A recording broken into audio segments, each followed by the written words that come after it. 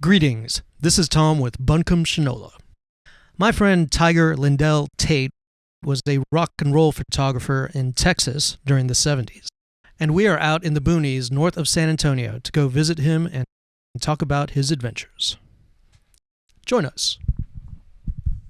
Okay, this is Tom. Today on Tiger's Tales, it'll be our third and final segment about Lindell photographing the Ramones in the late 70s. This year will be 1979. Once again, he shot them at the Armadillo in Austin and Randy's in San Antonio again. This time it was at the end of January. You noted, I think, that when the bus arrived, there was still snow. Yeah, there are vehicles and stuff. There was still snow from the Dallas show. That's something you do not see very often.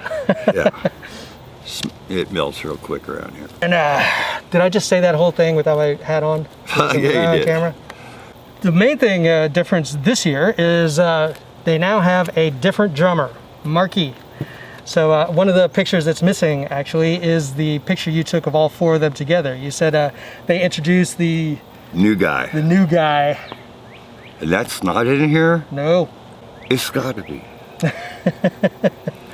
And for instance, that one that would be in this group. That one that said you and Dee Dee, I found that page and it was just blank and it said me and Dee Dee written there. So I found the spot where it was supposed to be and it wasn't there. So I know it's not in there, man. And I've looked and looked and looked and looked and looked. That's just bizarre. That is just so bizarre. There's still some great shots in here. MySpace and Tumblr and then Facebook, you're slowly uploading, you're scanning and then uploading some of the better images, probably like, it seems kind to of helping. 20 or 30 maybe? Probably not that many, at least maybe 20, but I was trying to help Vera, do some PR for her book. Mm-hmm. Right. She put so many of my pictures in her book, a lot more than I was expecting. But again, this looks like a cool show at the Armadillo. I mean, was it, again, a good crowd? Or oh, yeah. At this point, this is probably after Road to Ruin. They're probably, the movie wasn't out yet, but they'd like worked on it, right? Yeah, I'm trying to think of when they were talking about it. Must have been maybe after this show.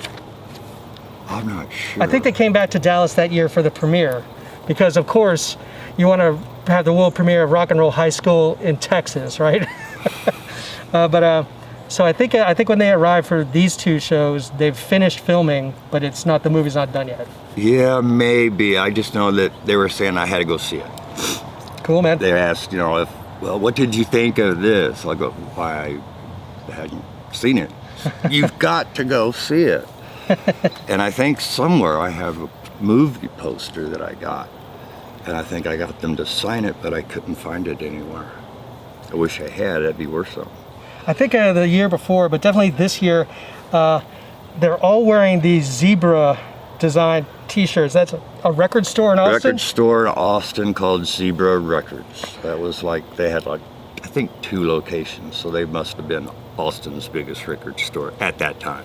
Well, as well as being backstage and stuff, they would also go do record signings and they did them like twice up in Austin. I don't think they ever did them here in San Antonio. As far as I know, they did not do them here. The other one they did in Austin was at this other Austin kind of place. It was like a head shop. Mm-hmm. And they just had a table outside. People would, just bring their records or something, and I'd bring a stack of shit. But it looks like, it seemed like they had a pretty good time in Texas. Yeah, they did. They really did. I think they seem to be, this is after the so-called feud between these two. They weren't talking or something like that. Bullshit. These guys were still talking. The whole thing about the girlfriend is blown out of proportion. He was with this one chick. Actually, I got a picture. But yeah, Joey was just able to pick him up as, I don't know. So it's very weird to see them in a sound check, way out of uniform. Right. You see, he's obviously he's not on the stage. He's just sitting there watching. It seemed that at one point everyone was wearing these zebra shirts. shirts. I think there's even one show where this is all the way against Ramones rules, but Marky and Joey are wearing the same T-shirt. Yeah. That is not that is verboten, man. That's verboten. Why? I don't know, just because they look as lame as we do right now. Oh, we don't look lame. We're cool. That's true. We do look cool. DM me if you're interested in these. But he does have the Snake Farm shirt, so that's cool. Oh yeah, Snake Farm shirt hanging in. Oh man, that was so cool. They really liked it there. They had a good time, apparently. So I think, if I'm not mistaken, later this year or the next year is probably the last time they hit these venues. Right. So this is probably the last time you're. I know. What's the familiarity like? Is you're taking photographs of them at a familiar venue, and they know who you are? Yeah, they remember. You know, they figure, like, you could see how he's looking at me, going, "Why is this fucking idiot always around?" You know, he's got that look. You know, so it was okay. I didn't care. You know, I was just up there doing what I was supposed to be doing. And you have Dee Dee just practicing bass, sitting in a chair. Yep. You know, and here's Johnny with somebody. Oh look, she's looking at one of your pictures of him. Yeah. That's how I get, you know, gaps in some of the books. I mean, that's how Vera got a hold of me, because I had my stamp, you know, on the back of the print, which was good that I actually stamped all my shit back then. So she had that print with my name, and that's how she got her lawyer to find me, you know, and give me a call about all this, and that's how all this started happening.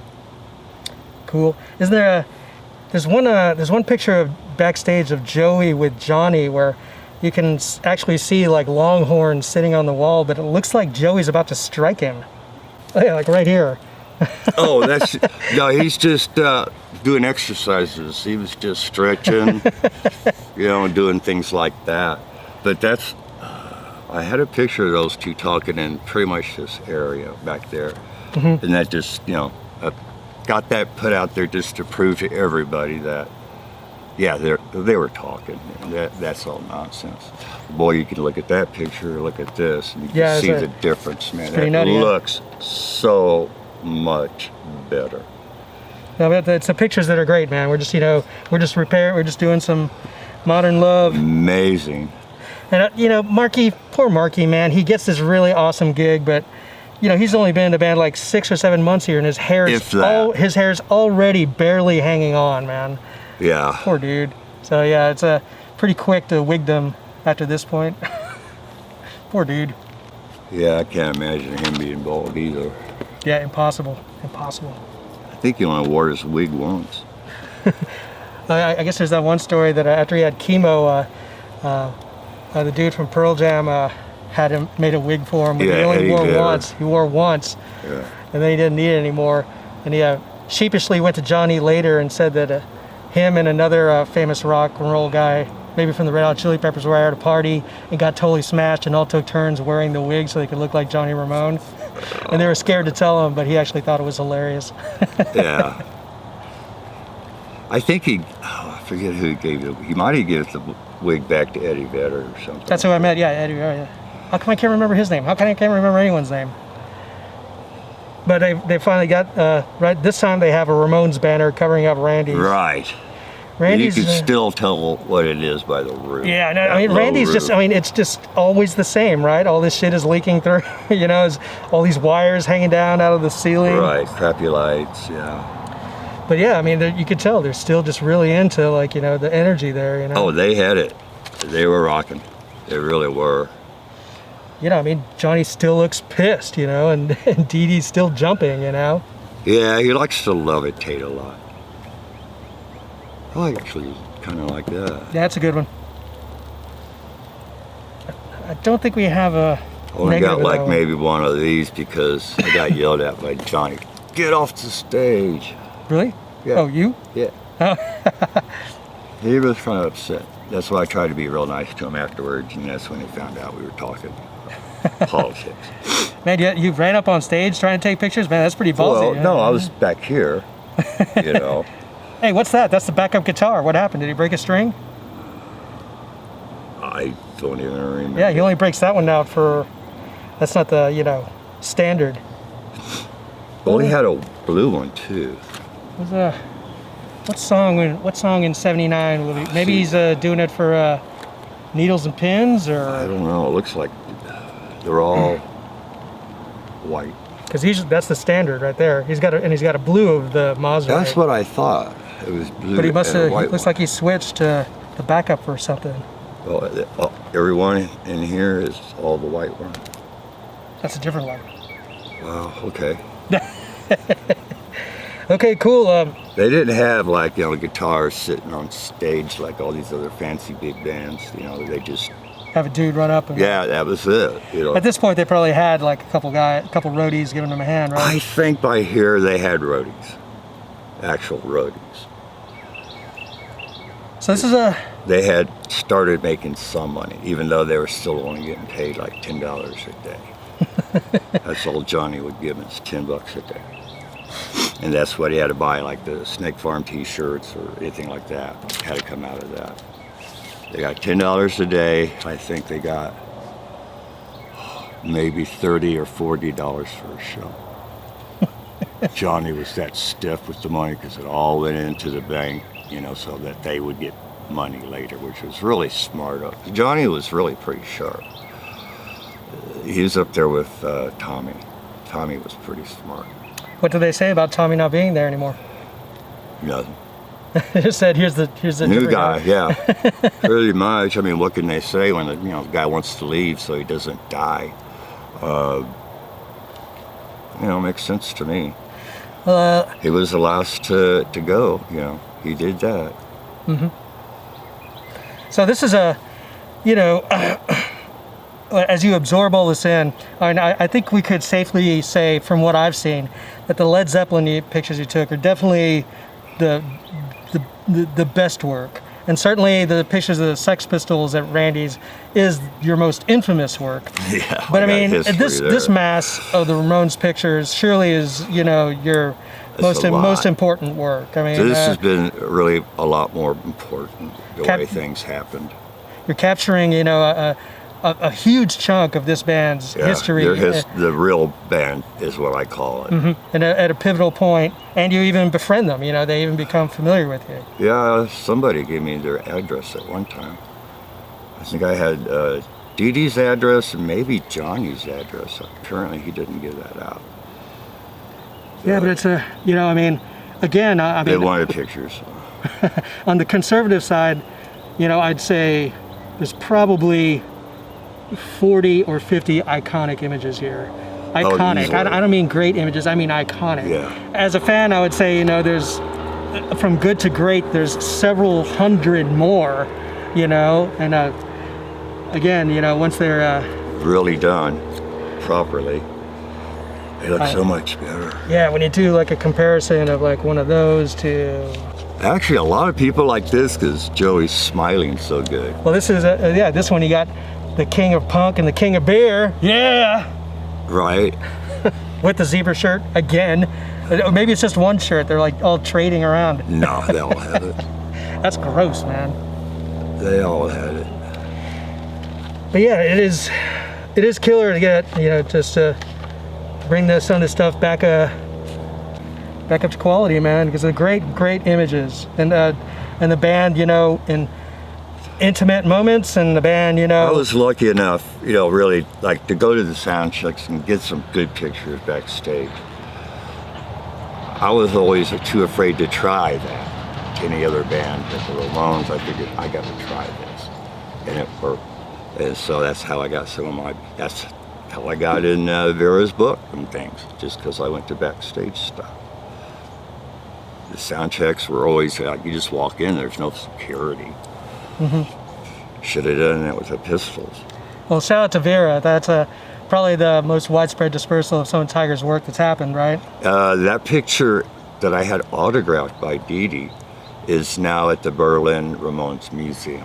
And let's shout out to those guys too. The Ramones Museum in Berlin has gone into storage for a few years, but I'm hearing that they're gonna finally they're gonna come fixing back. it up.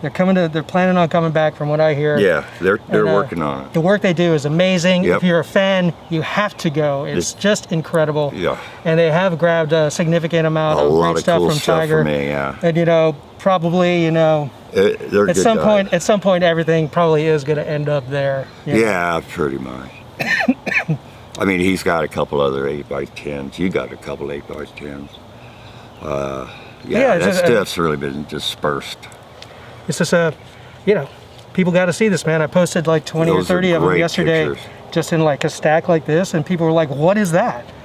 They've never seen it. Well, thanks again for letting us help you out, work on this stuff and try and get it organized, man. And it's a lot to do. Yep. I really have to hand it to you to even attempt it. And Anthony, too. Anthony's, oh God, just look at, you don't have to say anything, just look at the print. And Steve behind the camera is like sweating his ass off right now, Thank you. It's always the camera guy nobody pays attention to. He's actually wearing this shirt too, in solidarity. But yeah, it's just they're my favorite band of all time.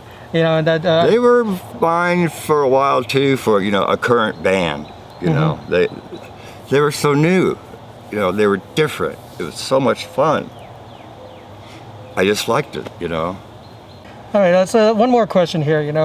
I think we've noted before that most of your photography takes place roughly from like 1974 to maybe 1979, right? That's about the latest. They quit allowing people in with cameras. Right. At one point, they're like, "Oh, you're a cameraman, come in," right? But then later, they're like, "Oh, you're a cameraman, get the fuck out of here." Right. Yeah, you can't bring that in here. So we had to.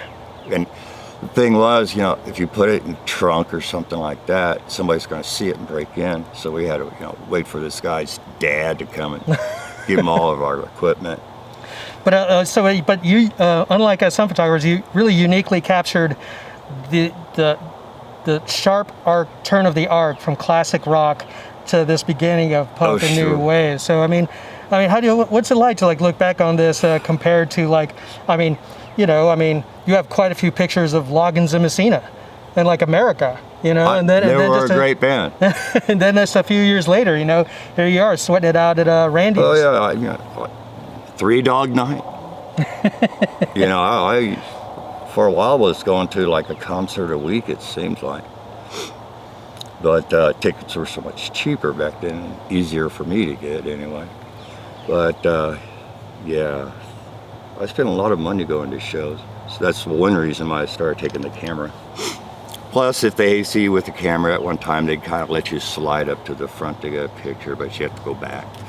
I got to know some of the ushers at the Municipal Auditorium, and they were the guys, this guy and girl, they were boyfriend, girlfriend, but they did the front, right there in the front of the stage, and I knew them.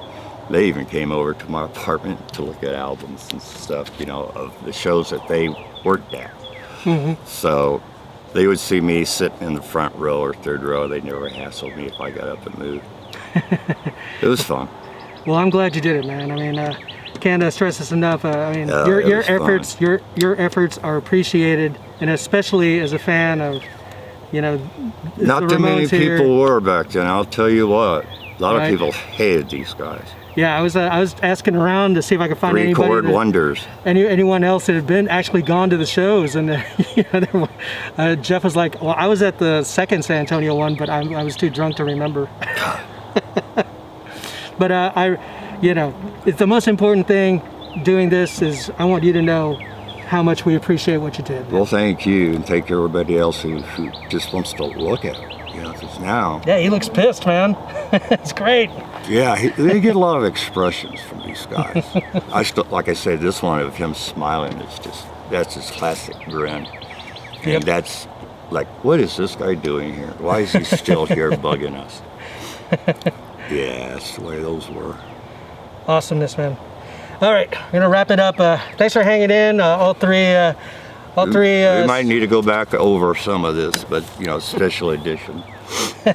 There's gonna be more. Plenty. There's gonna be more. There's gonna be more. Yeah. But yeah, Lindell Tate shoots the Great Ramones pictures. 6 times. There's no other band you shot more than this, right? Maybe Blue Oyster Cult? That would be the only one I could think of that would come close. But Yeah. even that would only be like 4 or 5 shows. Yeah, it's an amazing mountain Got some good of pictures of awesomeness. It's great, man. It's great. All right, well, thanks for you. watching. This is Tom of BuncombeShinola, and Tiger's Tales, and Lindell Tate says, hey, and get in touch with us if you want to buy some prints, all right? Great quality prints.